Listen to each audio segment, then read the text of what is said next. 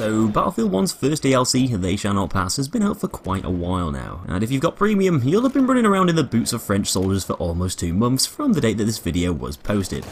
But along with being able to play as the French army, we also got to play with a bunch of new toys too. The DLC had a total of 6 weapons, or 9 different variants depending on how you want to look at it. 2 for the assault class, 1 for the medic, a gun for the support, a new rifle for the scout, and the MLE 1903 extended for the pilot and tanker class, which kinda snuck in there too.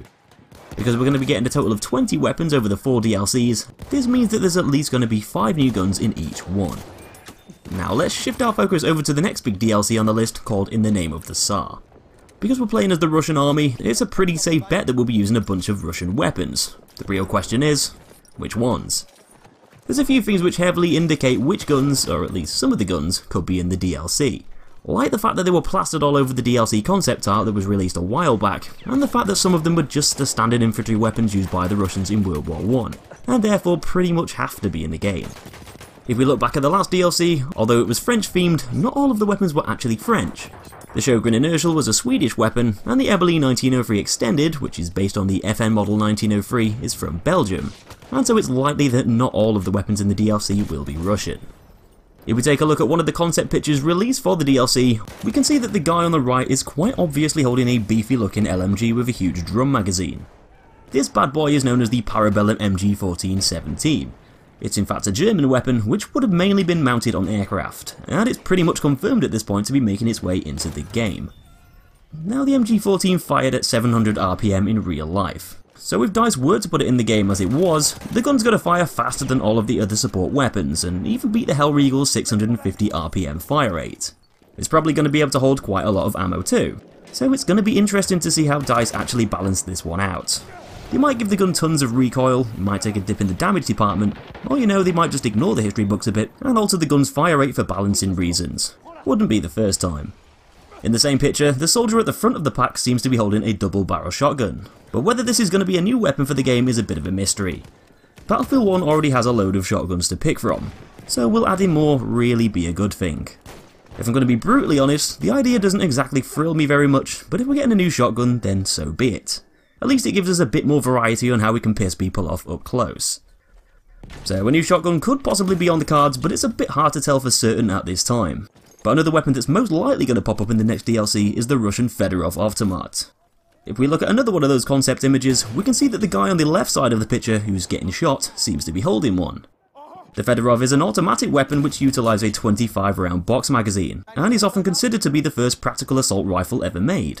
It was in service with the Russian army from 1915, and it saw some action in the Great War, which makes it an ideal candidate for the DLC.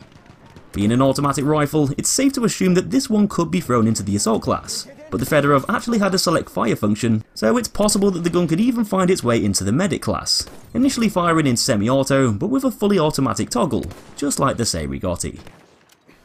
That's pretty much all we can gather from the concept art regarding weapons, but there's still a few other guns which have a really high chance of making their way into the DLC. One of these weapons would include the Mosin-Nagant, which was a standard infantry rifle for the Russian army during World War I, and it's actually one of the most mass-produced military bolt-action rifles ever created, as over 37 million have been said to be made since 1891, which is a lot of bloody guns. So I'd be extremely surprised if this thing wasn't in the Russian DLC. And being a bolt-action rifle which held 5 rounds, just like a lot of the other rifles already in the game, we could confidently put the Mosin down as being a scout weapon. Now, if we go back to the idea of DICE choosing to put the Fedorov Avtomat with the medic rifles, then this still leaves us with a gap to fill in the assault class. The Russian army didn't really have anything else at the time apart from the Fedorov regarding automatic rifles, but a lot of people on Reddit are suggesting that we might possibly get in something which isn't Russian to fill this void. We all know by now that DICE doesn't shy away from prototype weapons when it comes to Battlefield 1. There was an experimental German weapon called the 0818 Maxim SMG, which as you can see here looks pretty wacky, and a lot of people think that this is what we're going to be getting. But why in the Russian DLC? Well, the SMG is currently in a Russian university, which might suggest that it was maybe tested there for use on the Eastern Front.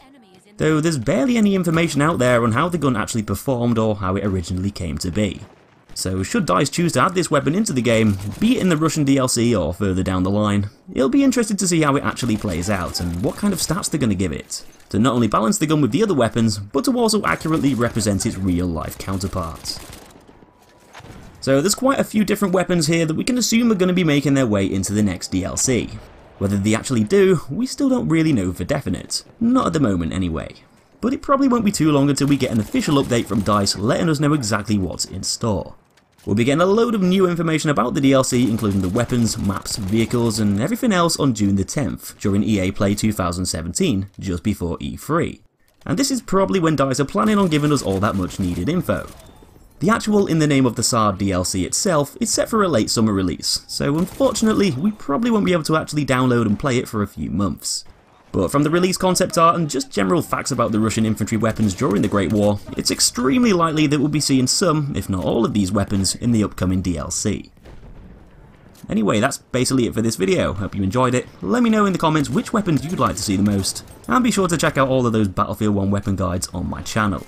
I'm going to be working on all of the new level 10 weapon variants released in the spring patch very soon, so stick around and subscribe if you want to see what they're all about. Thanks for watching guys, and I'll be seeing you in the next one.